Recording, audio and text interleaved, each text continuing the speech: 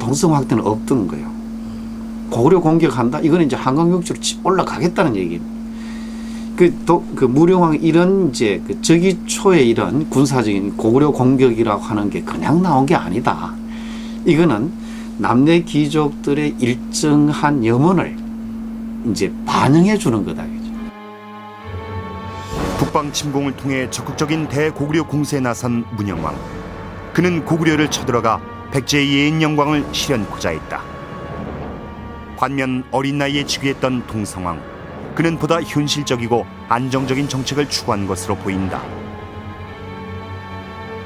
동성왕 15년, 구 귀족들은 놀라움에 휩싸인다.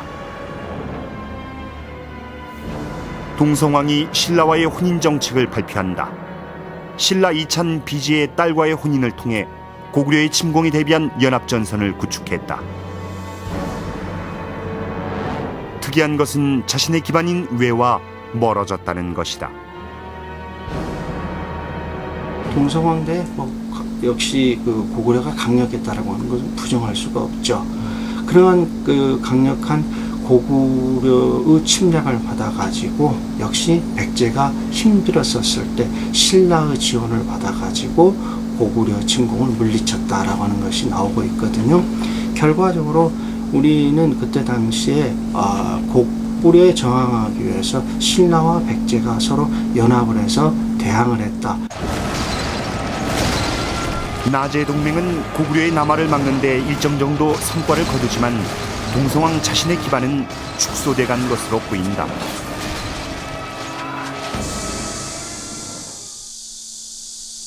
동성왕 말년 측근 정치의 상징 임유각. 화려했던 임유각은 동성왕이 말년에 독단적인 정치를 펼쳤음을 의미하는 건 아닐까. 기록을 있는 그대로 받아들일 수는 없지만 신하들의 간언을 듣지 않으려고 대궐문을 닫아버렸고 임유각에서 잔치를 베풀어 밤새도록 실컷 즐겼다는 기록은 당시의 상황을 짐작케 한다. 소수의 측근에 의지한 동성왕에 대해 민심의 이반도 심화됐을 것이다. 북방 소울 정책도 마찬가지였을 것이다. 동성왕 귀국 당시 일본에 거주하다 같이 귀국했을 백제 왕족 세력들도 동성왕과 멀어져간 것으로 추측된다. 이들은 동성왕 정권의 탄생 주역이었지만 동성왕 7년 여고, 여력, 여고 등이 언급된 남제서에 보낸 표문엔 이들에 대한 관작 수여를 요청하며 제후로 임명될 지역이 언급돼 있다. 학계에서 추정하기론 전주, 옥구, 보성 등이 그 해당 지역으로 이들도 지방 발령을 통해 핵심 세력에서 차차 배제돼 간 것으로 보인다.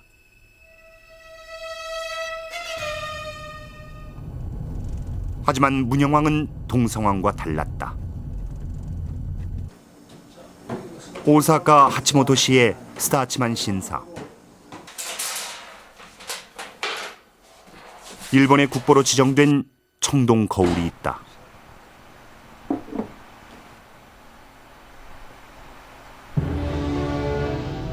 거울 뒷면에 9 인물이 새겨져 있어 인물 화상경이라고도 불린다. 거울 둘레엔 거울의 제작 경위를 밝히는 명문 48자가 있는데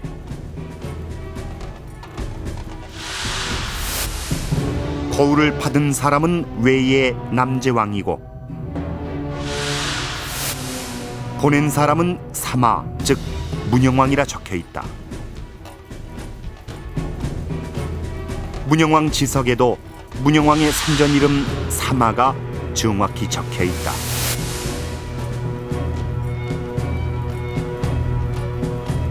당시 문영왕이 오사카에 관리를 시켜 만들어 보낸 화상경은 상왕이 하왕에게 보내는 신임의 표식이라고 한다.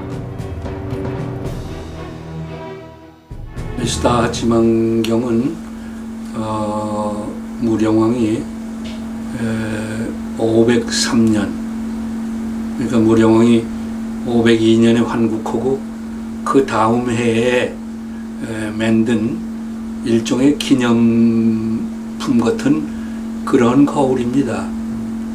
옛날에도 지금과 같이 경사스러운 일이 있을 때는 나라에서 기념품을 만들어 가지고 돌리고 그러는데 더욱이 백제 본국에 있으면서도 계중비직 예인과 같은 사람을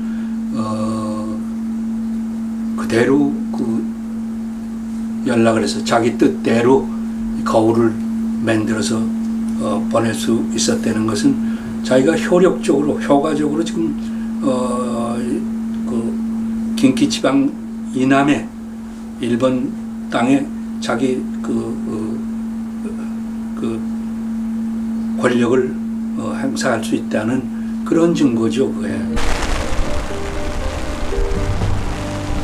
궁주 송산리 고분. 웅진백제 왕들이 잠들어 있을 이 고분군에서 문영왕의 무덤이 우연히 발견됐다. 무덤 군 중 가장 큰 봉분인 6호분. 6호분 바로 옆 5호분의 주인공은 누군지 아직 밝혀지지 않았다. 동성왕의 무덤 역시 발견되지 않고 있다. 존망의 위기에 처해 있던 백제의 손택은 뜻은 같았지만 길이 달랐던 두 왕의 운명을 갈라놓았다. 우리 역사에는 수많은 미스터리가 있습니다. 대부분 기록이 미흡하거나 그 기록 자체의 신빙성을 알 수 없어 적극적인 해석을 주저케하는 경우가 많은데요. 그로 인해 많은 사건과 또 역사적 기록들이 미스터리로 남게 되는 겁니다. 그 진실을 찾기 위해선 보다 더 전방위적인 연구와 또 사건의 역사적인 맥락을 좀 더 적극적으로 수용하려는 노력이 필요하진 않을까요?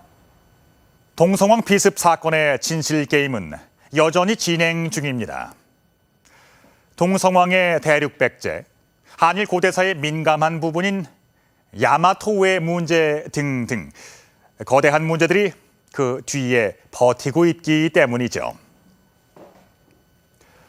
하지만 오늘 우리가 풀고자 했던 동성왕 피습 사건의 진실 찾기는 어쩌면 거꾸로 이 거대한 문제들을 풀 수 있는 해답을 줄 역사 속의 숨은 열쇠일지도 모릅니다.